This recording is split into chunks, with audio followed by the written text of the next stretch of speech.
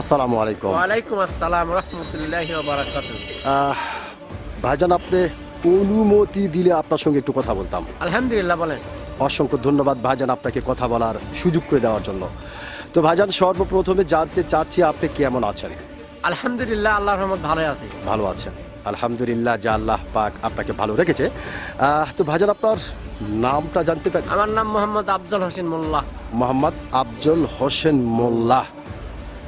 আপনার নাম শুনে এবং আপনাকে সামনাসামনি দেখে কিন্তু আপনাকে একজন সাহসী মানুষ বলে আমার কাছে মনে হচ্ছে, যে আপনি আসলে একজন অত্যন্ত একজন সাহসী মানুষ। তো ভাইজান, যেহেতু আপনি বাংলাদেশের একজন সচেতন নাগরিক এবং বাংলাদেশের একজন সাহসী মানুষ, সেই ক্ষেত্রে এই বিষয়টি আপনার কাছ থেকে জানতে চাচ্ছি যে আমাদের বাংলাদেশ স্বাধীন হবার পর থেকে রাজনৈতিক বক্তব্যের মঞ্চ থেকে শুরু করে নিয়ে, ওয়াজ মাহফিল থেকে শুরু করে নিয়ে, যে যেখান থেকে পেরেছে বাংলাদেশকে ভালোবেসে কথা বলেছে অথবা বাংলাদেশের অধিকার নিয়ে কথা বলেছে, সেই সমস্ত মানুষগুলিকে কারণে অকারণে বেকারণে শুধু বাংলার জমিন থেকে নয়, সারা পৃথিবী থেকে তাকে বিদায় করে দেওয়া হয়। তো ভাইজান, আপনার কাছ থেকে জানতে চাচ্ছি, কেন বাংলাদেশের অধিকার নিয়ে কথা বললে বা বাংলাদেশকে ভালোবেসে কথা বললে তাকে অকালেই মৃত্যুবরণ করতে হয়? কেন? সত্য কথাগুলা বললে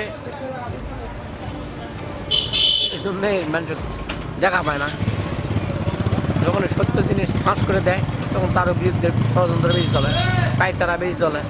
এই জন্যে তার মানে যেটা আপনি বোঝাতে চাচ্ছেন যে সত্য বললে বা হয়তো অধিকার নিয়ে কথা বললে এরকম হতেই থাকবে। জি, আসলে ভাইজান, যেহেতু এভাবে যদি চলতেই থাকে তাহলে বাংলাদেশের কি হবে? এখন ভবিষ্যতে কি হবে বাংলাদেশে? যারাই কথা বলবে তাদেরকে যদি হত্যা করা হয়, আস্তে আস্তে অসচলে চলে যাবে। আস্তে আস্তে বাংলাদেশ অসাতলে চলে যাবে।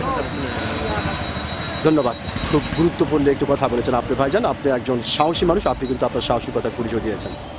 ধন্যবাদ আপনাকে। আলহামদুলিল্লাহ, আসসালামু আলাইকুম।